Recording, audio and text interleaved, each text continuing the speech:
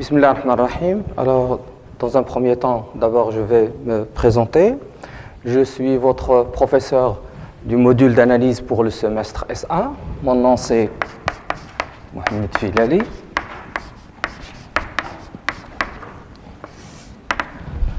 En ce qui concerne la méthode du travail, alors, j'ai préparé un cours sous forme d'un polycopié. Et donc ici, dans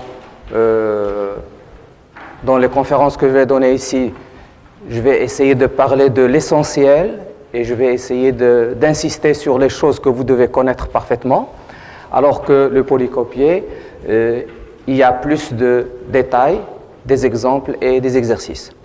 En parallèle, j'ai déjà préparé un polycopié là où il y a les exercices solutionnés. À la fin du polycopié, il y a aussi des examens solutionnés que j'avais proposés pendant les années passées. D'accord ? Pour ce qui est du programme, eh bien, le programme est réparti en 4 chapitres. Le premier chapitre sur les suites numériques.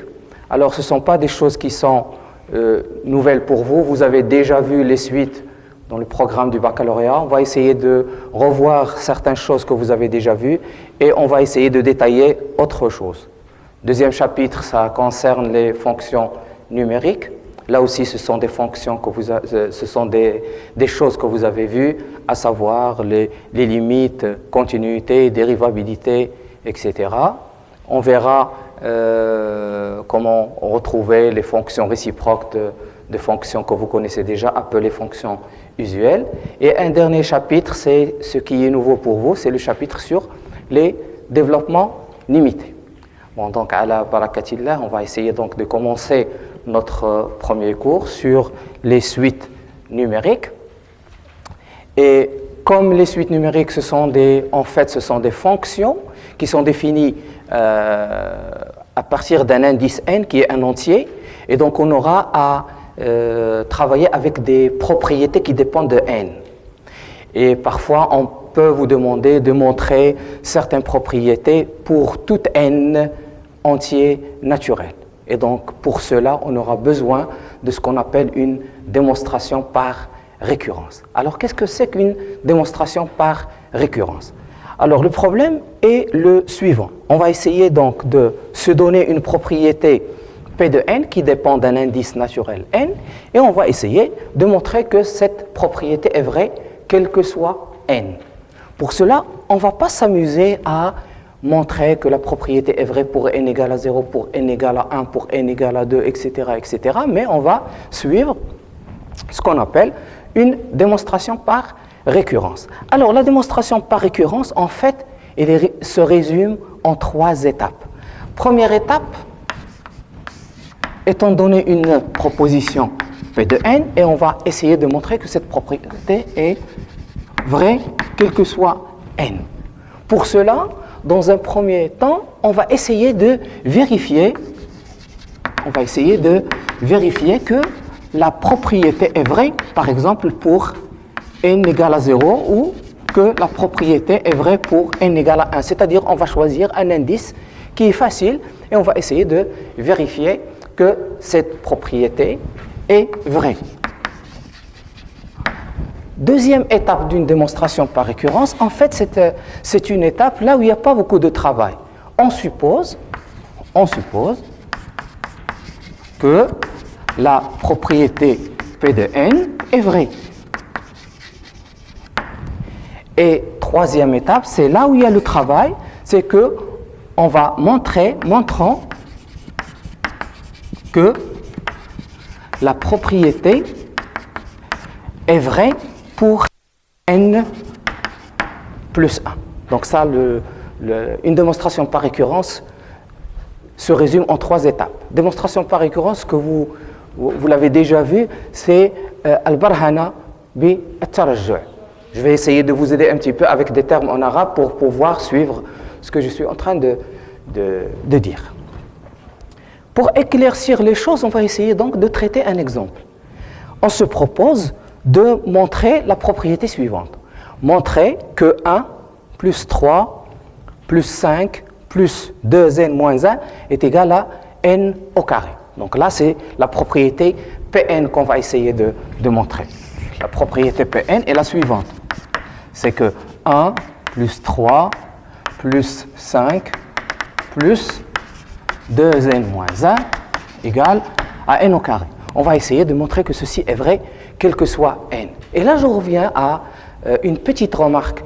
Quand je dis je dois vérifier que la propriété est vraie pour n égale à 1 ou pour n égale à 0 ou peut-être pour n est égal à 2, parce que la propriété Pn, il se peut qu'elle n'est pas définie par exemple pour n égale à 0 ou pour n égale à 1. C'est le cas de cet exemple. Si je prends ici cette expression, vous allez remarquer que là, c'est la somme des entiers qui sont impairs. 1, 3, 5, 7. C'est la somme des entiers impairs. 0. D'accord? Par conséquent, pour montrer cette propriété par récurrence, on va essayer de 3 étapes. Et donc, la première étape consiste à vérifier que la propriété est vraie pour un indice qui est assez petit. Quel est l'indice qu'on va essayer de prendre? C'est l'indice, par exemple, n égale à 1. C'est-à-dire, vérifions que la propriété est vraie pour n égale à 1. Alors, si je prends le terme qui se trouve à gauche, en prenant n égale à 1, alors vous allez voir que le 2n moins 1, quand n égale à 1, c'est 1. Ça veut dire que cette expression, elle est formée seulement par le terme 1. Donc le terme qui se trouve à gauche, c'est 1. Alors que si je prends le terme qui est à droite, quand je prends n égale à 1 au carré c'est égal à 1, et donc 1 est égal à 1. Par conséquent, donc, la propriété est vraie. Voilà. Donc ça, c'est la première étape de la démonstration par récurrence. Deuxième étape. Dans la deuxième étape, qu'est-ce que je disais? Je disais qu'il n'y a pas de travail à faire. On suppose seulement que la propriété est vraie à l'ordre n. C'est-à-dire, on suppose que 1 plus 3 plus, etc., plus 2n moins 1, c'est égal à n au carré. Donc ça, c'est l'hypothèse de récurrence. Maintenant, on va essayer de voir comment montrer la troisième étape. La troisième étape consiste à montrer que la propriété est vraie à l'ordre n plus 1. C'est-à-dire, montrons que 1 plus 3 plus, etc. Alors là, le terme que je vais essayer de trouver ici, c'est 2n plus 1. Pourquoi c'est 2n plus 1? Parce que si vous prenez cette propriété, ça c'est le P de n. Si vous, au lieu de prendre n, vous prenez n plus 1, donc vous devez remplacer ici le n par n plus 1. Donc vous aurez 2 fois n plus 1, c'est-à-dire 2n plus 2, moins 1 qui est égal à 2n plus 1. Une petite question, quel est le terme qui se trouve avant 2n plus 1? Sachant que nous sommes en train de travailler avec des entiers qui sont impairs. Donc l'entier qui est avant 2n plus 1 et qui est un entier impair, c'est tout simplement 2n moins 1. Et non pas 2n, parce que 2n, c'est un nombre qui est pair. Les nombres impairs, ce sont des nombres qui sont de la forme 2k plus 1 ou bien 2k moins 1. Alors, c'est ça ce qu'on doit montrer. Pour cela, je vais essayer de prendre le terme qui se trouve à droite. Le terme qui se trouve, à gauche. 1 plus 3 plus 2n moins 1 plus 2n plus 1, il est égal. Pour le moment, je ne sais pas est-ce qu'il est égal à n plus 1 au carré ou non. C'est ce que je dois montrer. Mais pour cela, il faut toujours utiliser l'hypothèse de récurrence. Qu'est-ce qu'il dit, l'hypothèse de récurrence? Si vous avez 1 plus 3 plus 5 plus 2n moins 1, eh bien ceci c'est égal à n. Donc cette expression, elle est formée par ce premier terme, le deuxième. L'hypothèse de récurrence qu'est-ce qu'il dit? Le premier terme, il est égal à n au carré, auquel j'ajoute 2n plus 1. Et là, je tombe sur une identité remarquable, qui est n au carré plus 2n plus 1. Ça, c'est l'identité remarquable. Et ça, c'est égal à n plus 1 au carré. Et donc, j'ai montré que la propriété est vraie à l'ordre n plus 1. Voilà donc un exemple qui est très simple pour montrer qu'une propriété P de n est vraie quel que soit n. Il suffit de suivre les 3 étapes d'une démonstration par récurrence. Maintenant, on va essayer donc d'attaquer proprement dit la définition de suite numérique. Alors, qu'est-ce que c'est qu'une suite numérique? Pour bien comprendre les suites numériques, eh bien, il suffit de les voir comme étant des fonctions. Vous vous souvenez des fonctions réelles, fonctions à variable réelle? Une fonction à variable réelle, c'était une fonction f qui est définie sur un ensemble D à valeur dans R.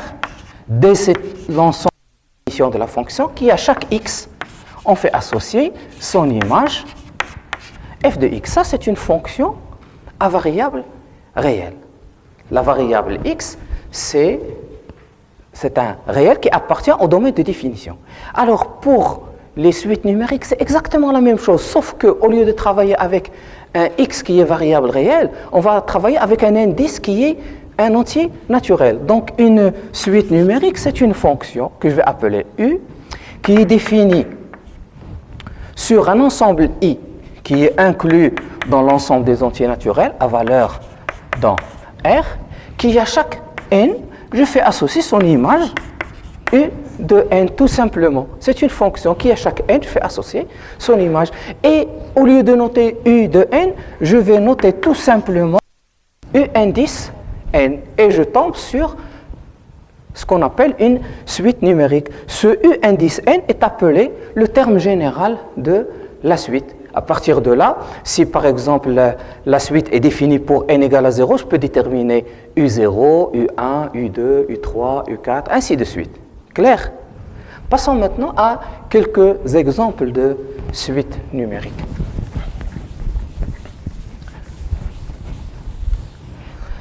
Alors, les suites numériques qu'on va essayer de rencontrer vont être soit des suites qui sont explicites, soit ce sont des suites qui sont définies par des formules de récurrence. Alors, premier type de suite qu'on peut rencontrer, ce sont des suites qui sont explicites.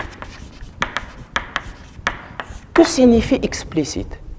Explicite signifie que la suite U indice n est définie à partir de n et je peux connaître tous les termes à partir de la forme de la suite. Comme exemple, ici par exemple, si je prends la suite définie par 1 sur n plus 1, ceci c'est une suite qui est explicite. C'est-à-dire que je peux déterminer à quoi c'est égal U0, je peux déterminer U1, je peux déterminer U2, ainsi de suite. Par exemple, si je veux chercher le U0, il suffit de remplacer n par 0 et vous allez tomber sur 1. Par exemple, le U1 par exemple, c'est 1 demi. Le U2, c'est 1 tiers, ainsi de suite. Donc là, ce sont des suites qui sont dites des suites qui sont explicites. Par exemple, la suite Vn égale moins 1 à la puissance n. Là aussi, c'est une suite. Elle est définie explicitement, c'est moins 1 à la puissance n. Et vous allez remarquer que c'est une suite qui est spéciale, en fait. Cette suite, elle ne prend que 2 valeurs. Elle est égale à 1 si n est pair, et elle est égale à moins 1 si n est impair. Ce sont les 2 valeurs que cette suite peut prendre, ou bien moins 1 ou bien 1. Autre exemple de suite, toujours dans le cas de suites qui sont explicites, je peux trouver par exemple Wn exponentielle moins n au carré. C'est une suite qui est explicite. Et vous voyez que les fonctions que j'utilise, en fait, ce sont des fonctions que vous connaissez. On peut trouver, par exemple, Rn égale, par exemple, sinus n sur n. vous jouez avec les formules, les fonctions que vous connaissez, les fonctions usuelles. On peut travailler avec des fonctions polynômes, avec des fonctions trigonométriques, on peut travailler avec fonctions exponentielles, logarithmes, etc. Donc là, ce sont des suites qui sont définies explicitement. Le deuxième type qu'on va rencontrer par la suite, ce sont les suites qui sont définies par des relations de récurrence. C'est-à-dire, ce sont des suites récurrentes. Qu'est-ce que ça veut dire une suite récurrente ou une suite qui est définie par une relation de récurrence? Ça veut dire qu'il y a une relation qui existe entre un terme et un autre terme qui peut-être va venir par la suite, ou là, c'est un terme qui est défini au départ. Par exemple, si je prends la suite UN, qui est définie par la relation suivante, UN plus 1 égale 2UN, par exemple, plus 3. Je prends un exemple simple. UN plus 1 égale 2UN plus 3. C'est une suite, mais qui est définie par une relation de récurrence. Par exemple, si je veux trouver U1, pour trouver U1, c'est 2 fois U0 plus 3. Si je veux par exemple U2, c'est 2 U1 plus 3, ainsi de suite. Sauf que ici, le problème qui va se poser, est-ce qu'à partir de cette relation-là, je peux déterminer tous les termes de la suite? Je peux les déterminer, mais il y a une petite condition à ajouter. Le cas, il y a le U1. U1, il est égal à 2U0 plus 3. Est-ce que vous pouvez connaître à quoi c'est égal, par exemple, U1? Très bien. Il faut connaître le premier terme, U0. Donc, quand vous avez une relation de récurrence, il faut se donner un terme, peut-être deux. Dans le cas de cet exemple, par exemple, si je me donne le U0, par exemple, égal à 1, alors là, je peux déterminer tous les termes. Je peux connaître U1, U2, U3, U4, etc. Un autre exemple.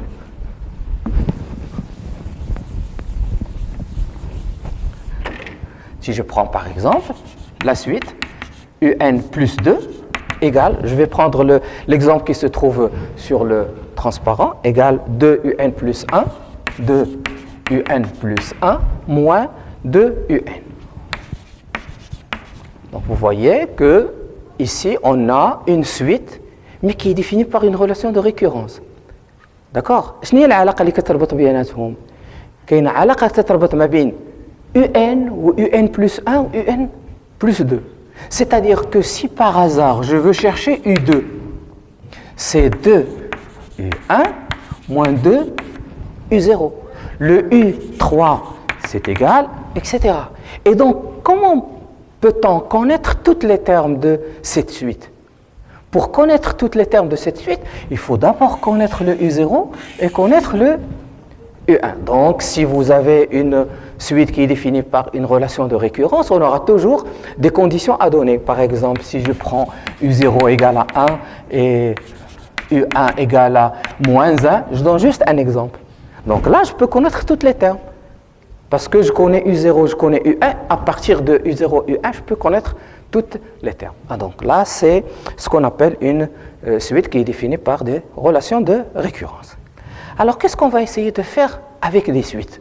Étant donné que vous avez une suite, qu'est-ce qu'on va vous demander? Alors, pour cela, on va essayer de donner certaines définitions dont on aura besoin par la suite. Qu'appelle-t-on une suite qui est à terme positif? Alors, tout simplement, une suite qui est à terme positif, c'est une suite qui est supérieure ou égale à 0 pour toute n. Alors, on a un petit peu. Supposons que je vous donne une suite qui est explicite et je vous demande de montrer que cette suite est supérieure ou égale à 0, quel que soit n. Alors, qu'est-ce que vous allez faire? Là, il faut revenir à la petite démonstration par récurrence. C'est-à-dire, vous allez essayer de regarder est-ce que le premier terme U0 ou la U1 est positif. Vous supposez que le UN est positif et vous montrez que le UN plus 1 est positif. C'est là où il faut insister sur les démonstrations par récurrence. Une suite qui est dite à terme négatif, si elle est inférieure ou égale à 0, quel que soit n. Qu'appelle-t-on une suite croissante? Alors, qu'appelle-t-on une suite croissante? Alors une suite UN est croissante, et comme notation, on va la noter toujours comme ça, une suite croissante. On dit que la suite UN est croissante si il vérifie l'inégalité suivante. Si UN est inférieur ou égal à UN plus 1, quel que soit N, c'est-à-dire une suite qui est croissante. Il vérifie UN inférieur ou égal à UN plus 1. En d'autres termes, si par exemple la suite commence par U0, eh bien le U0 doit être inférieur ou égal à U1. Le U1 il doit être inférieur ou égal à U2, qui est inférieur à U3, qui est inférieur à UN, qui est inférieur à UN plus 1, qui est lui-même inférieur à UN plus 2. Mais en général, quand on vous demande de montrer qu'une suite est croissante ou décroissante, ce qui est pratique, c'est que vous allez essayer de regarder la différence. Pour montrer qu'une suite est croissante, vous allez calculer la différence, UN plus 1 moins UN. Si cette différence est positive, ça veut dire que la suite est croissante. Parce que si UN plus 1 moins UN est positif, alors UN plus 1 est supérieur à UN, et donc la suite va être une suite qui est croissante. Pour montrer qu'une suite est décroissante, on prend le contraire. Une suite est dite décroissante si UN est supérieur à UN plus 1. Donc, une suite est décroissante, UN est décroissante, et on la note comme ça si le UN est supérieur à UN plus 1, quel que soit N. Et pour voir si la suite est croissante ou décroissante, toujours, il suffit de calculer cette différence. UN plus 1 moins UN. Si c'est inférieur à 0, alors la suite va être une suite qui est décroissante. C'est comme ça qu'on va essayer de faire pour pouvoir montrer qu'une suite est croissante ou décroissante. Ces deux notions s'appellent la monotonie d'une suite. C'est-à-dire, qu'est-ce que c'est qu'une suite qui est monotone? Eh bien, une suite est dite monotone si elle est croissante ou décroissante. D'accord? Il y a des suites qui font des sauts en haut et des sauts en bas, c'est-à-dire que quand tu prends deux termes consécutifs, l'un est plus petit que l'autre, alors que dans le troisième, le deuxième est plus grand que le deuxième. Alors dans ce cas-là, ce n'est pas une suite qui est monotone. Une suite est dite monotone si elle est ou bien croissante ou bien décroissante. Qu'appelle-t-on une suite stationnaire? Et avant de parler de stationnaire, je vais parler de suite constante. Qu'appelle-t-on une suite constante?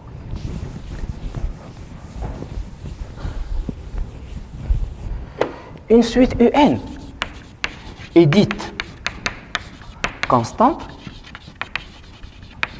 si elle vérifie UN égale UN, quel que soit N. Une suite est dite constante si tous les termes sont égaux. Par exemple, si la suite commence par U0, vous allez trouver U0 égale U1 égale U2 égale U3 égale U4, ainsi de suite. C'est-à-dire une suite qui est constante. Qu'appelle-t-on une suite stationnaire?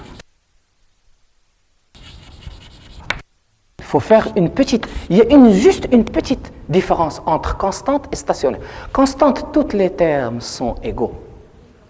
D'accord? Stationnaire, il vérifie la propriété UN égale UN plus 1, mais pas pour tout N, à partir d'un certain rang.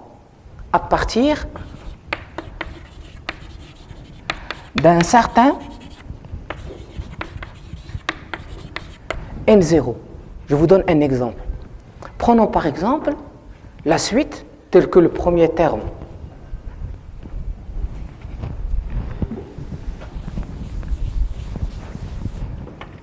Je prends par exemple U0 égale 1, U2 égale 3, U1 égale 3, U2 égale moins 4, U3 égale U5 égale UN un plus 1, etc., égale par exemple 6. Là, c'est un exemple de suite qui est stationnaire. C'est-à-dire, à partir de l'indice 3, tous les termes sont égaux à 6. Mais les termes qui sont avant, par exemple le U0, le U1 et le U2, ils sont différents de la constante. C'est-à-dire, une suite stationnaire. C'est clair? Suite stationnaire, c'est-à-dire, elle est constante, mais à partir d'un certain rang. Qu'appelle-t-on une suite qui est bornée? Eh bien, une suite est dite bornée si le UN est inférieur à un certain réel M. Et là, il faut faire attention. Une suite est dite bornée, majorée, UN est dite majorée, si il existe un réel M, un réel tel que le UN est inférieur ou égal à M, quel que soit N. Ce qui est très important, c'est que le réel M qui est ici, il est indépendant de N. D'accord? On dit qu'elle est majorée par un réel M si elle vérifie UN inférieur à M, avec M qui est un réel qui est indépendant de l'indice petit n. Et on dit qu'elle est minorée si le UN est supérieur à un certain réel petit m, quel que soit n. Une suite est dite bornée si elle est à la fois majorée et minorée. Donc une suite est dite bornée si elle est majorée par un réel grand M et minorée par un petit m. Je vous donne un petit exemple de... Si vous prenez la suite UN qui est égale à moins 1 à la puissance n que j'avais donné tout à l'heure. Le moins 1 à la puissance n, on a dit que cette suite, elle ne prend que deux valeurs. Ou bien 1 si n est pair, ou bien moins 1 si n est impair. Donc ceci, il est inférieur à 1 et il est supérieur à moins 1. Donc cette suite est une suite qui est bornée. Elle est majorée par 1 et elle est minorée par moins 1. La même chose pour la fonction sinus. Vous avez vu la fonction sinus? La fonction sinus, c'est une fonction qui fait comme ça. Mais la plus grande valeur prise par le sinus, c'est le 1, et la plus petite, c'est moins 1. Donc elle est toujours majorée par 1 et minorée par moins 1. La même chose que le cosinus. Donc là, ce sont des exemples de suites qui sont bornées. Essayons donc de traiter un exemple. Avant de passer à un exemple, donc, on va essayer de résumer un petit peu. Quels sont les termes que vous devez connaître? Vous devez connaître suite croissante, décroissante, constante et stationnaire, et suite qui est majorée et qui est minorée. D'accord? Seulement, il ne faut pas faire la confusion. On peut avoir une suite qui est peut-être croissante, mais peut-être n'est pas majorée. Peut-être vous pouvez rencontrer une suite qui est décroissante, mais il se peut qu'elle ne soit pas minorée. C'est-à-dire pas automatiquement une suite qui est croissante ou la décroissante est automatiquement une suite qui est bornée. Il se peut que la suite soit croissante non majorée, décroissante non minorée. La même chose, Aoutani.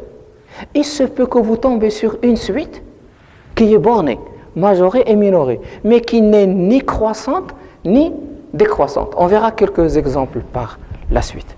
Essayons de traiter un exemple. C'est l'exemple de la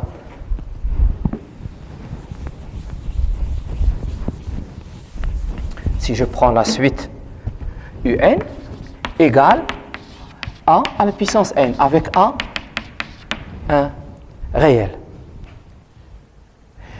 Essayez d'étudier, la question que je me pose ici, étudier la monotonie de cette suite. C'est-à-dire, est-ce que cette suite est croissante ou décroissante? Pour cela, il suffit de calculer la différence. C'est-à-dire la technique. Pour pouvoir étudier la monotonie d'une suite, vous calculez la différence. UN plus 1 moins UN. Alors, UN plus 1, c'est A à la puissance n plus 1, auquel je retranche UN, c'est A à la puissance n. Je factorise par A à la puissance n, et j'aurai ceci égale A à la puissance n facteur de A moins 1. Par conséquent, pour étudier la monotonie de cette suite, il faut étudier le signe est-ce que c'est positif ou est-ce que c'est négatif? La première des choses qui va vous frapper, c'est que cette monotonie, il va dépendre de A. Il va dépendre de A. Si A est supérieur à 1, ce terme est positif. Si A est inférieur à 1, ce terme est négatif. D'accord? Donc, on va étudier certains cas. Premier cas. Le premier cas, c'est le cas où A est supérieur à 1. Si A est supérieur à 1, ce terme-là est positif. Et le A à la puissance n, lui-même est positif. Pourquoi il est positif? Parce que déjà, le A est supérieur à 1. Si A est supérieur à 1, sa puissance est toujours positive. Si A est supérieur à 1, ça veut dire qu'il est positif. Par conséquent, le A à la puissance n est positif, le A moins 1 est positif, et donc cette différence va être positive. Dans ce cas, la suite UN va être une suite qui est croissante. Prenons le deuxième cas. Le deuxième cas, c'est le cas où A est inférieur à 1. Si A est inférieur à 1, le A moins 1 est négatif. Que peut-on dire de A à la puissance n? Oui, il y a une petite question qui entre en jeu ici. Il y a la parité de A. Mais si je veux jouer sur le A, si je veux faire une étude sur le A, alors là, je vais essayer de regarder est-ce que A est positif ou le A est négatif. Donc je vais distinguer deux cas, c'est-à-dire A compris entre 0 et 1, et je verrai le cas où A est inférieur à 0. Prenons ce cas-là d'abord. Si A est inférieur à 1 et supérieur à 0. Si A est inférieur à 1, ce terme est négatif. Et comme A est positif, ce terme est positif. Donc le produit d'un terme positif avec positif, ça veut dire que la suite UN est une suite qui est décroissante. Regardons maintenant le cas, troisième cas, c'est le cas où A est négatif. Si A est négatif, déjà, le 0 il est inférieur à 1. Donc si A est négatif, le A moins 1, il est négatif. Le A à la puissance n, comme A est négatif, eh bien là, ça va entrer le rôle de n. Donc si n est pair, alors le A à la puissance n va être positif, multiplié par un terme négatif. Donc le un plus 1 moins un va être négatif. Et si n est impair, alors dans ce cas, le A à la puissance n, il va être négatif. Vous savez ça?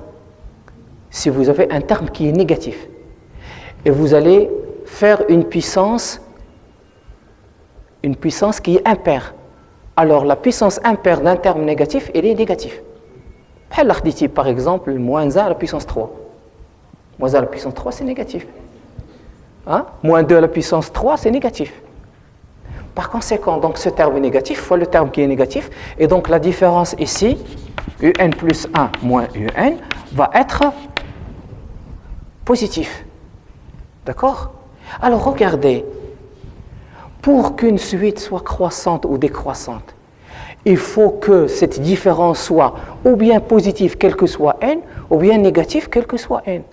Alors là, la différence ici, le signe de la différence, il va changer suivant la parité de n.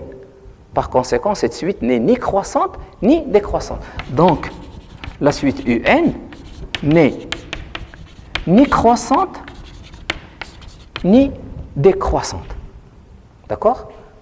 On a deux autres cas à étudier. C'est le cas où si A égale 0 ou A égale à 1.